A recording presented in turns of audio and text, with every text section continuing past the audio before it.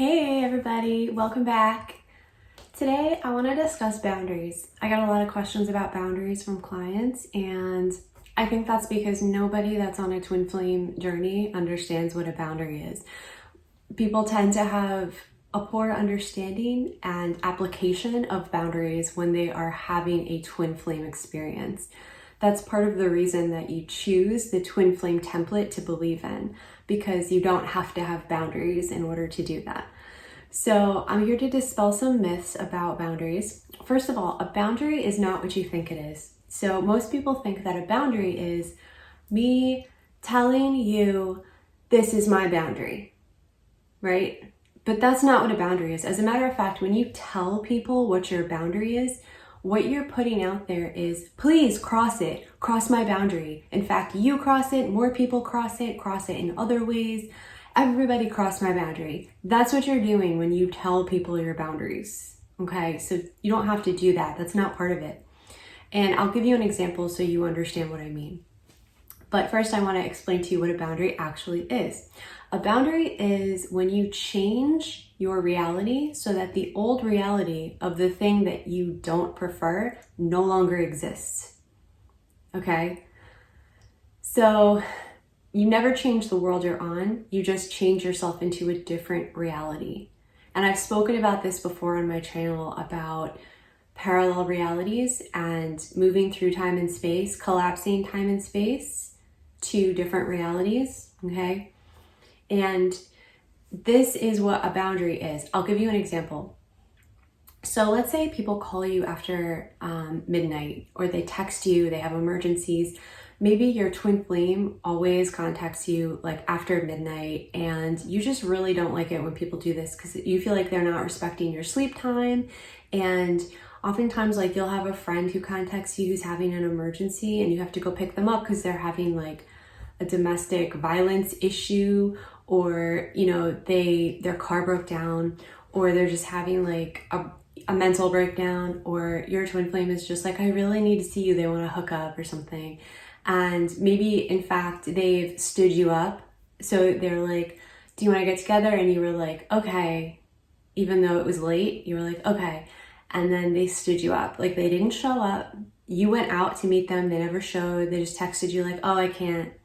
And you got really pissed, and then the next day you barely got any sleep, and it's a boundary that keeps getting crossed, right? So the real issue here is that you are getting validation from this. So you love it. You unconsciously love it when people reach out to you after midnight. Like maybe you try to go to bed at 10, right? But then people text you and call you. You love it. Why do you love it? You love it because you think it means that they consider you a close friend, the type of person to call in an emergency, a true friend, the person that your twin flame really wants to be with. Let me help you and dispel these myths. That is not what it means. It means that you are like the last person that they want to talk to, but you're the only sad sap that will take their call after midnight, 1 o'clock, 2 o'clock. In fact, you'll even do it after multiple times of them messing with you. You'll do it for your friend who has a drinking problem and just won't get help, or who stays in a relationship with someone who literally hits them. She won't leave it, or he, right? You'll be the hookup for your twin flame, and they only actually hook up with you 1 every 10 times. The rest of the times they just cancel because they don't feel like it anymore. And you still say yes. You still answer. Even if you answer in anger, I've asked you not to text me after blah, blah, blah, right? Like, you're getting a payoff from this. The problem is you, and it always was you. And those people will never do the same thing for you. Test it out. Have a personal tragedy in your life. They won't be there for you. Those same people will not pick you up when your car is broken down. Your twin flame won't do jack shit for you. He won't do anything for you. So he or she is not interested in actually being there for you. Your friends that do it, your family that have emergencies, they will not return the favor, I guarantee you. The problem is you. So once you've accepted this, now let's say you actually want to put a boundary into place. You have to switch into a reality where nobody bothers you after 10 o'clock anymore. You are not that friend. You are not that hookup. People wouldn't dream of even contacting you after like 9 o'clock. How do you become that person? Well, inside you make the choice, and then your actions state it. So you act as if you are that person already. And there's going to be a loss here because there's a reason you keep doing it. You're getting a payoff from it. You are lonely. You think it means people love you. It doesn't. So once you become that person, you start to act as if. You literally put your phone on do not disturb after like 9. And in the beginning, you might get a bunch of missed calls and texts for like a month or less. You know, the time frame isn't important. It's how you react to them that matters. It's you saying, no, I'm not that friend. And you don't even get back to those people.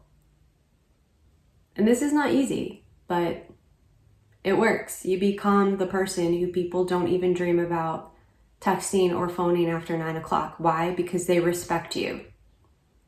You are no longer the friend that they'll go to for their sad stories, to bail them out of situations that they're not interested in changing, to hook up with them or just to be toyed with. You become a new person. That's a boundary. Okay, do you feel how powerful that is compared to, I've asked you not to call me after midnight, or I really don't feel good about this, or, you know, keep bailing out friends who are like sad and drinking and, you know, whatever, like staying in dysfunctional relationships. Why are they coming to you? Why are they not seeking out therapists and AA and such things? Because you're weak. Become strong on the inside, and people will not dream of doing that to you.